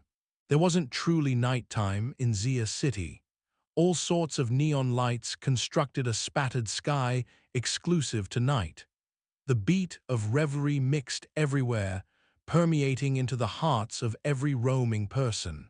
Crag Burst opened his car window, and a torrent of heavy metal music came blasting out along with surging lyrics and loud roars. Crag Burst completely ignored the gazes cast at him from the flow of traffic. Smash the chest open, embrace the soft flesh and blood, rah, rah, rah. Probably no one would expect that this fellow was doing a shadowing operation. Crag Burst didn't have a conscientious mind. He just felt that everything was okay as long as the target's vehicle was within his sights. Rip apart the throat, kiss, OD*MN. A bold and fierce crow had dangerously swept over to the top of his car, brushing against the top of the cars in front. While it was true that this was quite the thrilling stimulation, the scene had disrupted the tempo of his music. And so he reached his hand out of the window and pointed towards the sky. Just go die already. Experience the anger that stems from within me. Rah, rah, rah. Then right at this time came news of Luo Nan through the hexsphere. Maintain speed of the car. I have arrived. The voice had yet to finish speaking when a jet-black shadow came ramming in through the back window. 2 feathers could be seen drifting down. 1. Crag Burst witnessing the incident between Luo Nan and Yan Yongbo in the restaurant. In Chapter 53.1, there was the following line. For example, there was a 2-meter-tall giant with a red face from being drunk. He leaned against the wall and rashly turned his head over to look. His large size would make it hard not to be noticed. Chapter 54, Metal Bug, Part 2-2. Hey, hey, hey. Crag Burst stared blankly at this huge and sturdy crow. It had charged in through the car window and had crashed into the back of the thick leather chair. Then it had fallen head first to drop onto the back row of seats.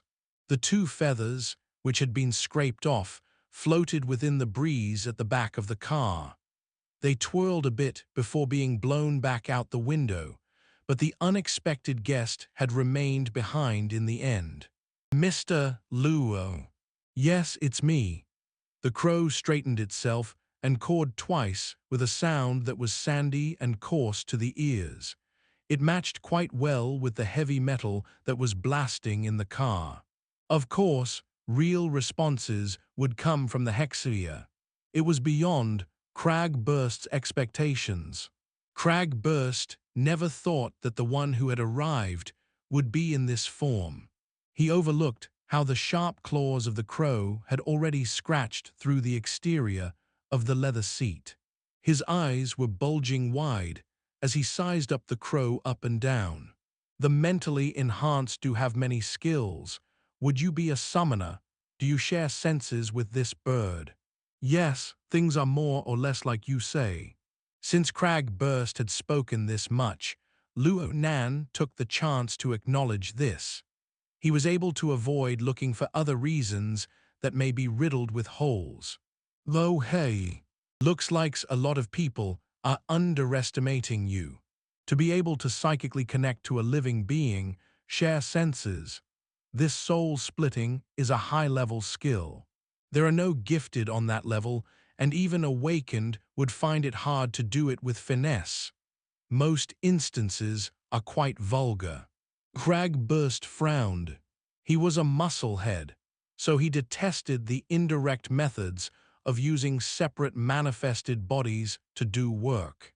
Luo Nan still hadn't awakened, though, and was seriously skinny like a toothpick. It was already quite decent of Luo Nan to be able to make use of this method. Most praiseworthy of all was Luo Nan's attitude of seeking revenge for even the smallest grievance before the night's end. Ink hopped twice atop the leather seats at this time. It spread its wings, seeking to fly again. Tiger Burst, a military-modified jeep, contained a lot of space inside. It had to have been, otherwise, the heavyweight Crag Burst would never have fit inside. But for Ink, with its length of 70 centimeters and a wingspan of 1 meter, it was still a bit difficult to flap its wings.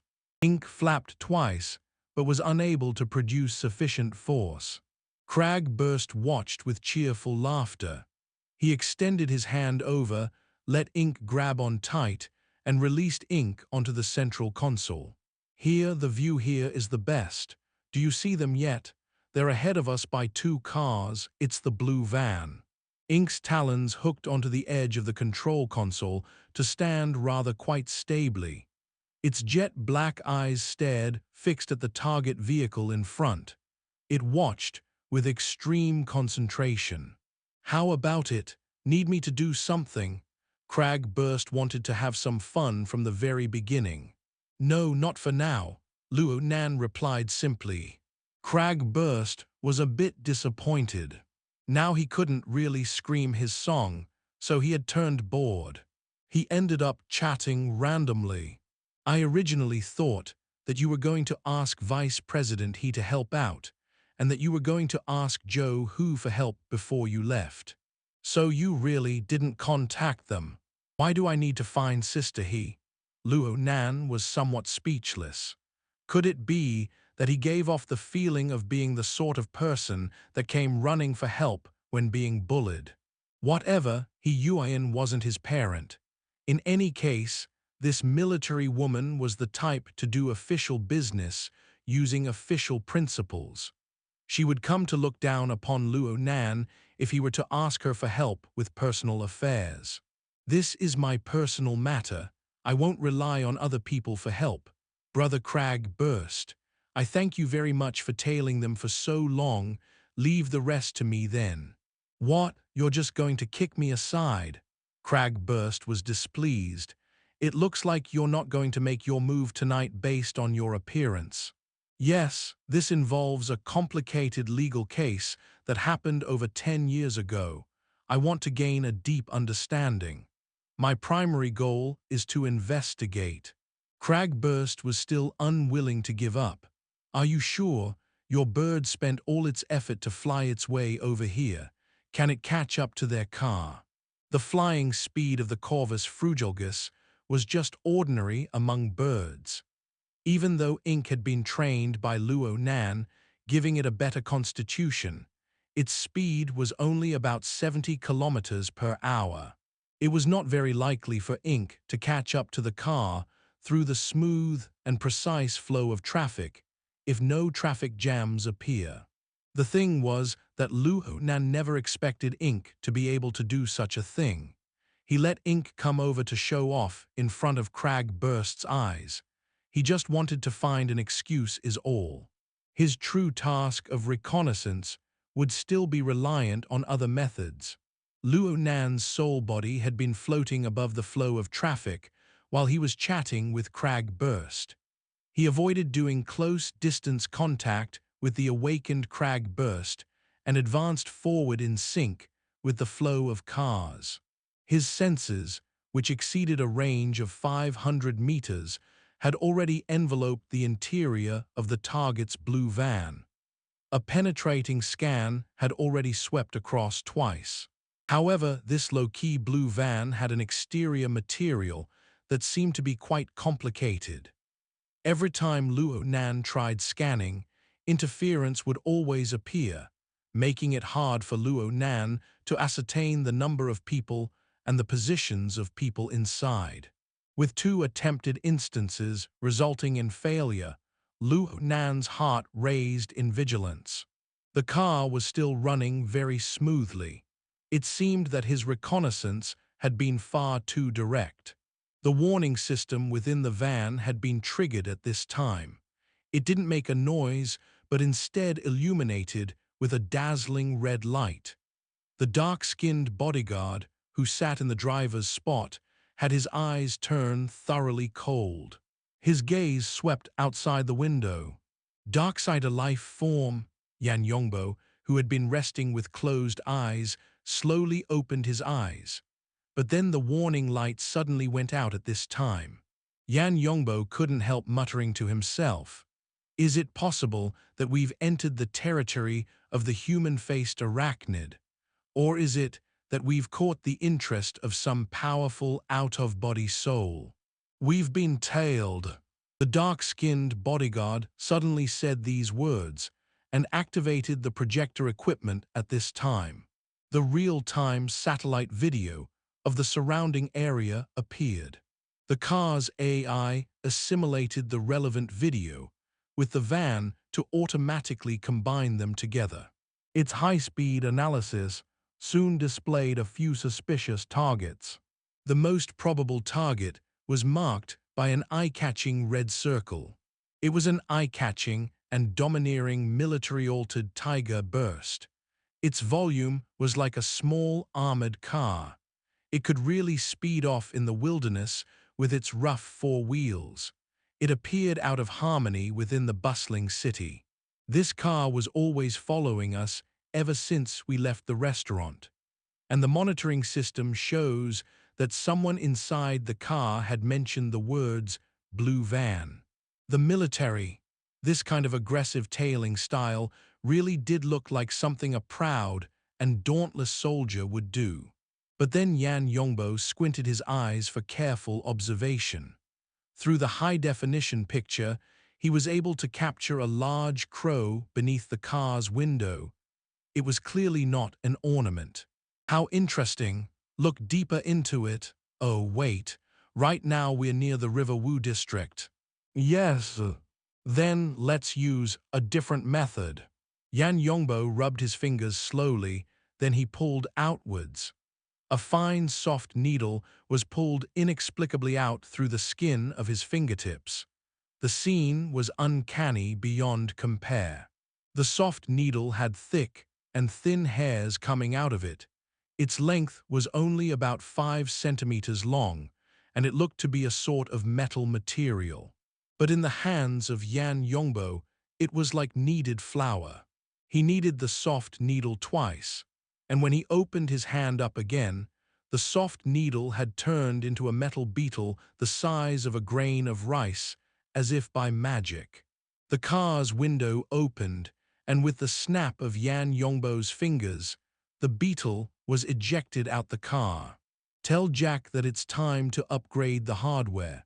If he wants to get a first-rate configuration, then he'll need to work hard. Just go search within the trash of that car then. The blue van's speed remained constant, but the Tiger Burst Jeep had inexplicably dropped in speed, as seen on the satellite video feed. That's a wrap for this installment. Thank you all for watching and supporting Lord of the Stories.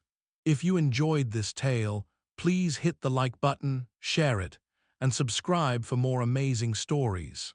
You can also explore other series updated daily in our playlists. Have a fantastic day and see you in the next episode.